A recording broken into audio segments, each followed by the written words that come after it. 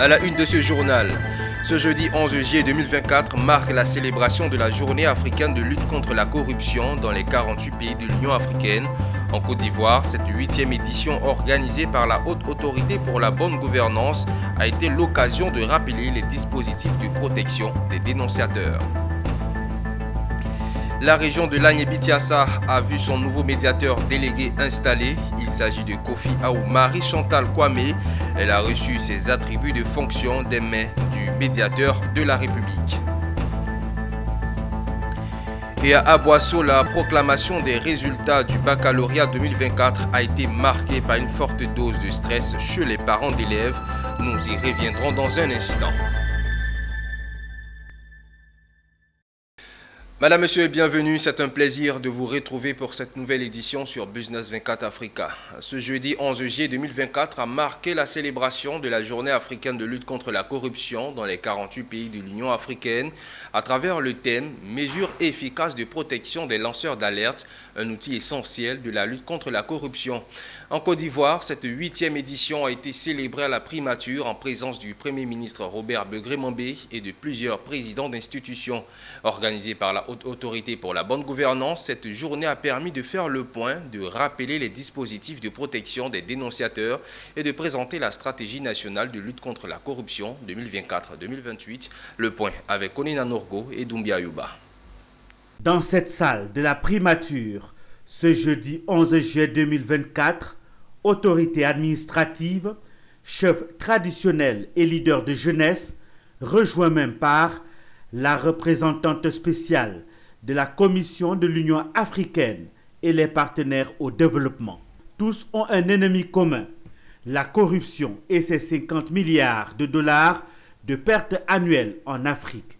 Une mobilisation dont pour commémorer la 8e édition de la Journée africaine de lutte contre la corruption sous le signe de la protection des lanceurs d'alerte.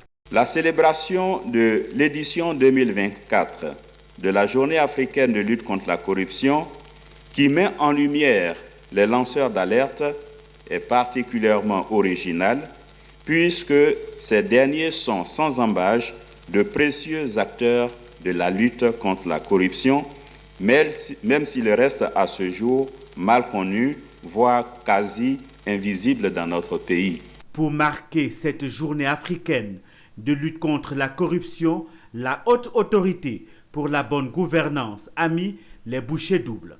Campagne de sensibilisation, formation des acteurs, des médias, le tout couronné par l'élaboration d'une stratégie nationale 2024-2028 composée de 54 actions majeures réparties en 5 axes. Le lanceur d'alerte est un héros moderne, un vecteur puissant de la gouvernance par la vertu. L'action sous-régionale effective est nécessaire pour donner des réponses vigoureuses et efficaces à la lutte contre la corruption.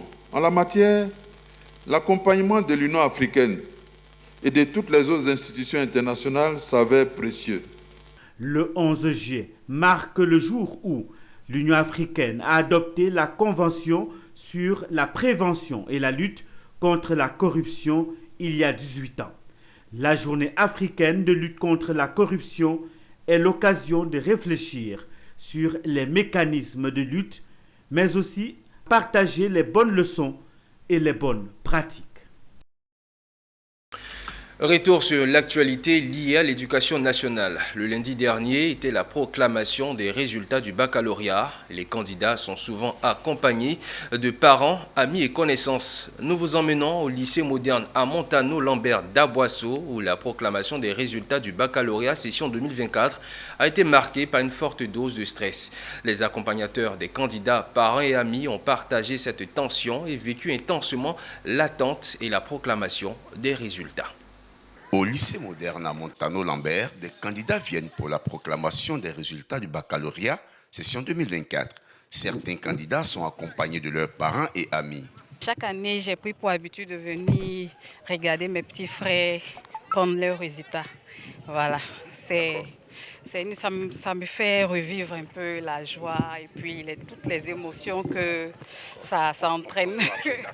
Ces accompagnateurs partagent aussi le stress des candidats avant la proclamation des résultats. Je suis stressée. Franchement, on va être stressé. Je suis stressée parce que c'est pas du tout évident. Venu accompagner son frère pour son résultat, Ornella est dans la même situation. Je suis venue accompagner mon frère. C'est pas moi qui ai passé le bac, mais le stress va me tuer. Trop stressé. Il y a peur même. À l'heure de la proclamation des résultats, la joie des candidats admis est partagée avec leurs accompagnateurs. C'est le cas des enfants d'Etana, dont l'un a réussi au baccalauréat, et de Dame Anini Florence, dont le fils est nouveau bachelier. En tout cas, on est content. Bon, on est dans la joie, on est content. On dit merci à Dieu. On a vu les résultats. J'ai béni le Seigneur parce que j'ai la joie au cœur, plus qu'avant. Ces accompagnateurs deviennent des consolateurs lors de l'échec du candidat accompagné. L'émotion de la proclamation des résultats des examens est aussi vécue par les encadreurs et même les chefs d'établissement n'y échappent pas. Siaka Traoré, le proviseur du lycée moderne à Montano-Lambert, dont les élèves de la terminale C ont réussi un 100% baccalauréat session 2024, est heureux. Je suis animé par un sentiment de joie parce que pour tout un chef d'établissement responsable de structure, notre souhait c'est de voir la réussite de nos apprenants. La direction régionale de l'éducation nationale et de l'alphabétisation d'Aboisseau a réalisé un taux de réussite de 27,80% au baccalauréat session 2024. Et félicitations à tous les nouveaux bacheliers. Retour à Abidjan. Après la réussite à l'examen du baccalauréat, comment s'orienter, quelle étude supérieure faire pour exercer plus tard un métier sans regret? Ce sont les préoccupations des nouveaux bacheliers. Pour les aider dans leur choix, les journées de l'orientation du bachelier initiées par le ministère de l'Enseignement supérieur et de la Recherche scientifique ont ouvert leurs portes ce mercredi et ce jusqu'au vendredi au Palais de la Culture de Treichville pour les futurs étudiants. Amiko Robara et c'est ici. Voici ainsi ouvert la 7e édition des Journées de l'orientation du bachelier. 3 jours après la proclamation des résultats, ils sont plus de 117 000 bacheliers cette année à frapper aux portes des universités publiques et privées pour poursuivre leurs études avant d'entrer dans la vie professionnelle. Cet après-midi, ces 2 bacheliers viennent se renseigner dans les différents stands dressés dans l'enceinte du Palais de la Culture afin de faire un choix pour la suite de leurs études supérieures. Ils se dirigent vers celui de l'INPHB, cet institut connu pour son excellence, en espérant répondre aux critères d'entrée. Après quelques minutes, ils en ressortent un peu dessus. Je viens d'avoir l'information avec l'INPHB. J'ai appris que pour ma filière souhaitée, il faut au minimum 14 de moyenne. Maintenant, comme je n'ai pas eu 14 de moyenne, je ne peux pas faire ces filières et je ne peux pas accéder à l'INPHB. L'on observe une diversité de choix pour différents types de métiers futurs, l'élevage, l'agriculture, le journalisme, l'ophtalmologie, l'informatique et bien d'autres. Après l'inauguration officielle des stands, nous rencontrons à nouveau nos 2 bacheliers, cette fois-ci avec le sourire. Ils semblent être satisfaits de leur visite. Sincèrement, j'ai vraiment aimé cette journée d'orientation. Je ne savais même pas dans quelle université m'orienter. Mais grâce à cette journée d'orientation, j'ai pu avoir de meilleures universités. Et c'est à moi maintenant de faire le choix. Pour ces journées de l'orientation, elles sont une centaine d'universités privées et publiques présentes jusqu'au 12 juillet pour guider et orienter les futurs étudiants à opter pour de bons choix. Au chapitre industrie hôtelière, de la vie académique à la vie active, 39 étudiants de l'école hôtelière de Grand Bassam ont reçu leur parchemin de fin de formation en management de l'hôtellerie. Ils sont ainsi les diplômés de la 6e promotion, fruit de 3 ans de travail acharné. Une distinction qui fait ainsi la fierté des professeurs responsables de l'école hôtelière de Grand Bassam, parents et amis. Zénab Dosso et Maru Seri nous font découvrir l'ambiance de la cérémonie. Que nous, la 6e promotion, nous remettons ce panneau en espérant que vous en prendrez grand soin. Nous l'acceptons et nous vous promettons d'en prendre grand soin. Passation de flambeau et baptême. Voici la 6e promotion des étudiants en fin de formation de bachelor en management de l'hôtellerie et la restauration de l'école hôtelière de Grand Bassam. Une page se tourne, celle de l'apprentissage pour laisser place à un nouveau chapitre de leur vie, celui du monde professionnel.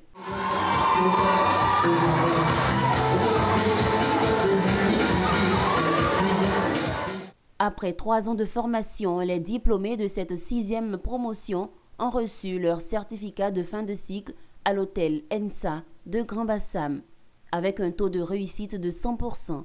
Aujourd'hui, cette cérémonie symbolise beaucoup pour nous parce que c'est 3 ans de formation qui sont célébrés aujourd'hui et ces 3 ans n'ont pas vraiment toujours été faciles.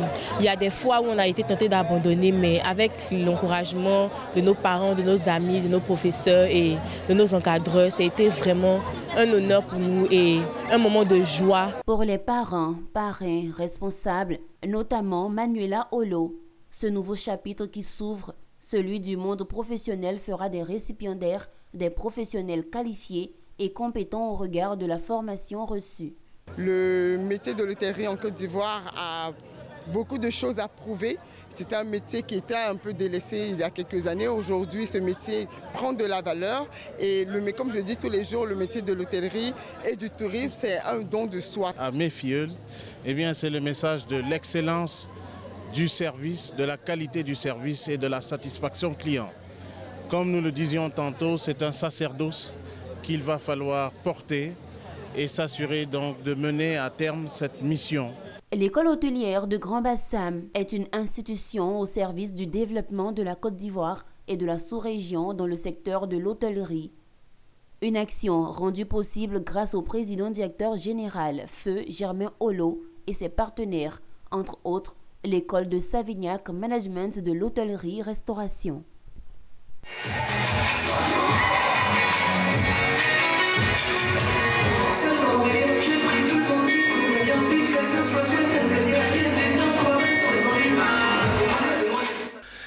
Afin de répondre aux sollicitations des chefferies, des populations et des acteurs de la société civile ivoirienne, le médiateur de la République a lancé un programme d'implémentation de ces représentations à travers le pays.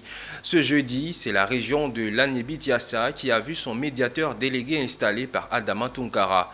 Kofi Aou Marie-Chantal Kwame a reçu à l'occasion sa feuille de route et un véhicule pour accomplir sa nouvelle mission. Le commentaire de Mondésir Nascimento.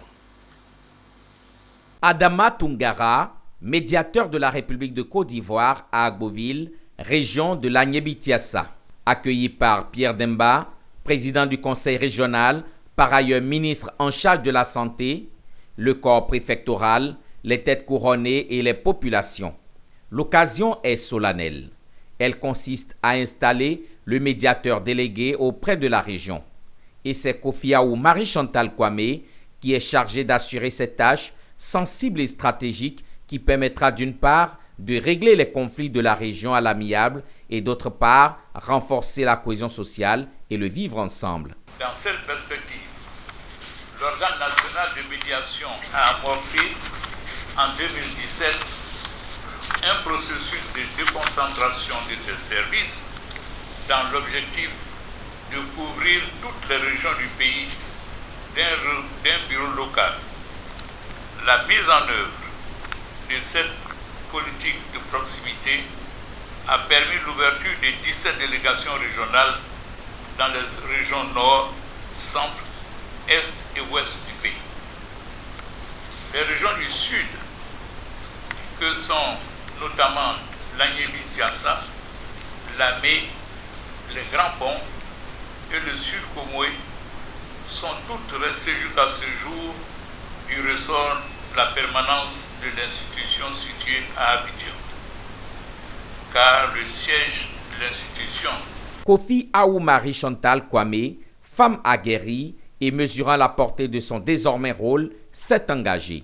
J'en suis pleinement consciente. C'est pourquoi, en ce jour, je prends l'engagement de bien et fidèlement remplir ma fonction à l'exercer en toute indépendance, neutralité, impartialité, dans le respect des textes de loi en vigueur. Le président du conseil régional Pierre Demba et le représentant du maire ont, au nom des populations, souligné leur joie et leur disponibilité à travailler avec la représentation de cette institution nationale pour plus de cohésion sociale. Kofi Aou Marie-Chantal Kwame, à l'occasion de son installation, a reçu les clés d'un Pajero flambant neuf pour lui faciliter ses déplacements. L'ONG Paix, Justice, Développement, Cohésion Sociale a organisé une conférence de presse ce mercredi à la Maison de la Presse pour faire le bilan de la première édition de sa grande nuit de prière pour la paix, la cohésion et la bénédiction du 7 juillet au stade Félix Houphouët-Boigny. La conférence de presse avait pour objectif d'exprimer sa reconnaissance aux différents acteurs qui les ont assistés à ce temps de prière et ont contribué à la réussite de cet événement. Le reportage est signé Michel Brou et Ézéchiel Série. 25 000 fidèles musulmans et chrétiens étaient unis pour adresser une prière en faveur de la paix et renforcer les liens entre les différentes communautés en Côte d'Ivoire. Une mobilisation à l'actif de l'ONG Paix, Justice, Développement, Cohésion Sociale qui a suscité sa présence dans les locaux de la Maison de la Presse d'Abidjan pour souligner l'importance de ce rendez-vous face aux hommes de médias. La présidente de l'organisation a saisi l'occasion pour annoncer des activités de mobilisation dans les différentes communautés autour de la paix et la cohésion sociale.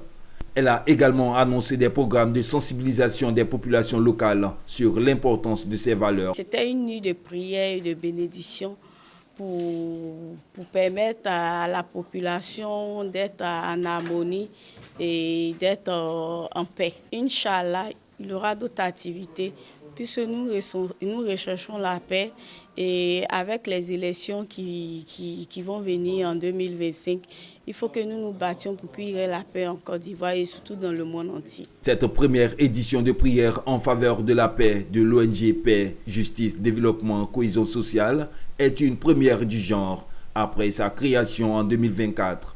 Cette initiative contribue à favoriser la diversité religieuse et le vivre ensemble pour renforcer les valeurs essentielles à l'ensemble des communautés. Parlons santé à présent. La première vague de la campagne de sensibilisation contre le paludisme a été lancée ce 10 juillet par le directeur de cabinet du ministère en charge de la santé et de l'hygiène publique.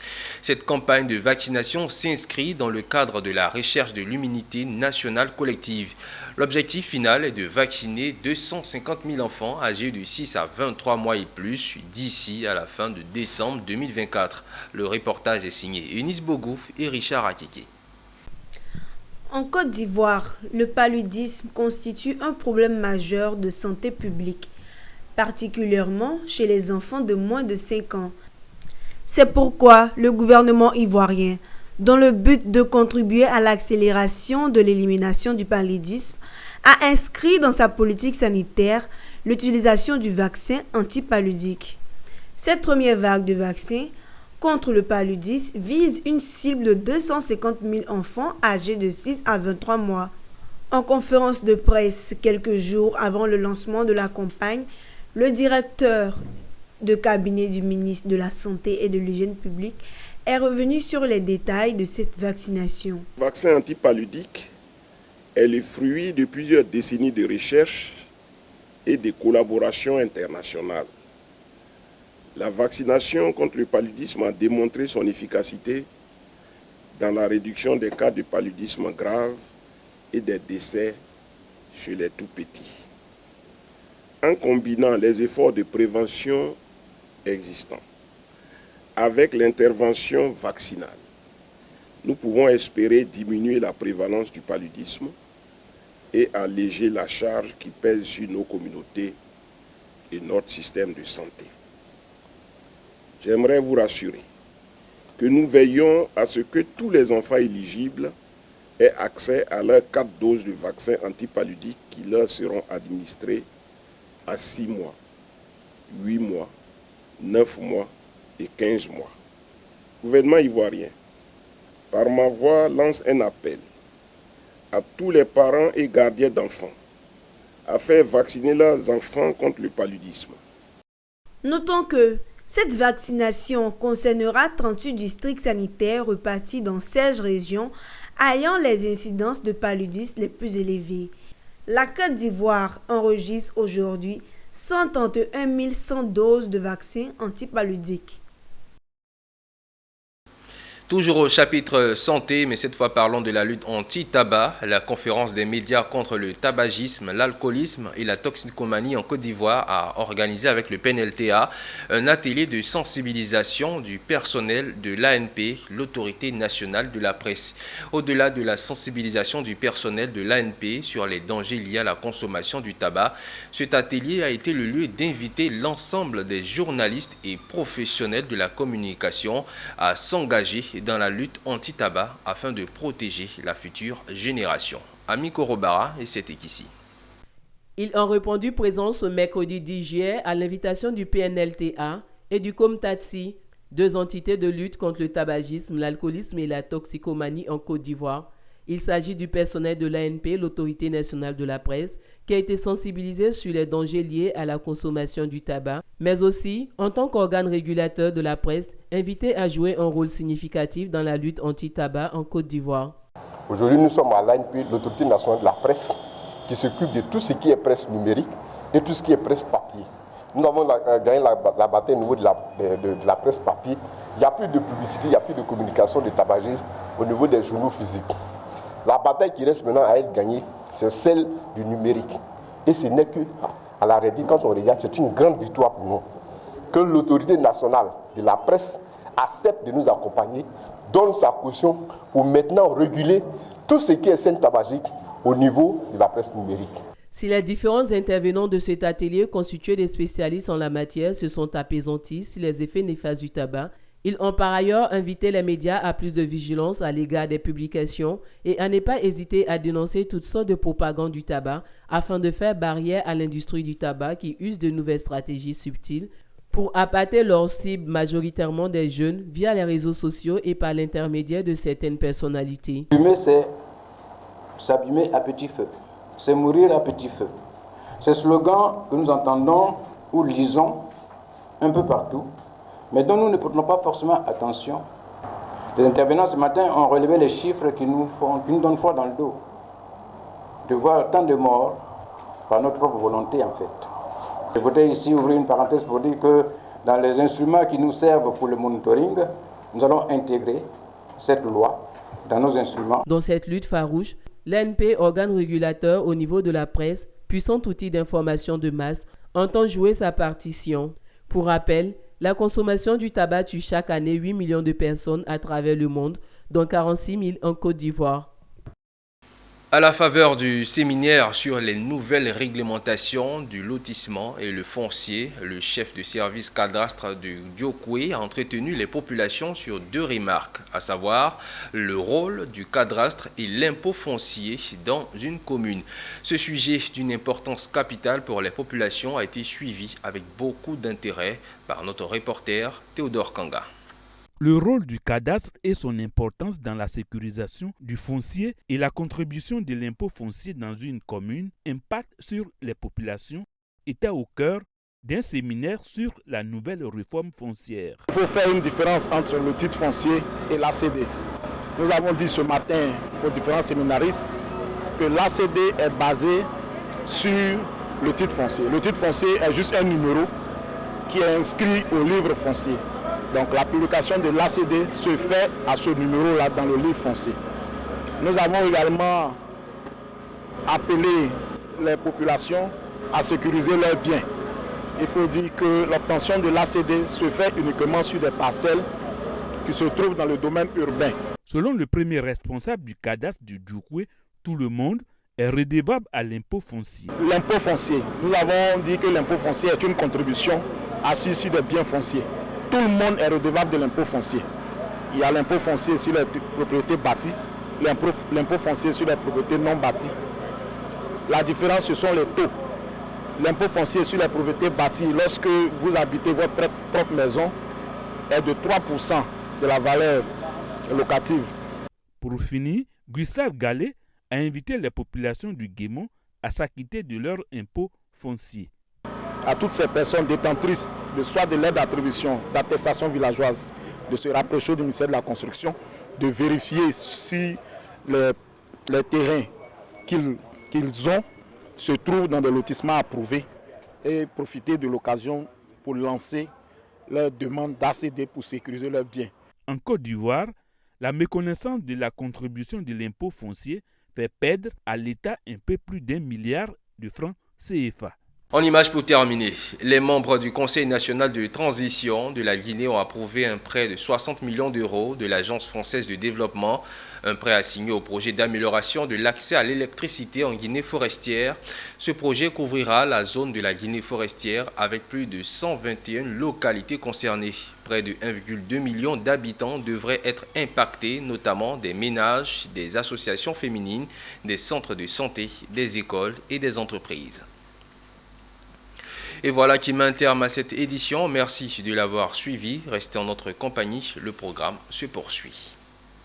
Des centres de santé, des écoles et des entreprises.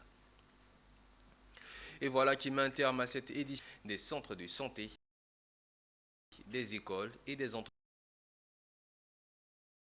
entreprises.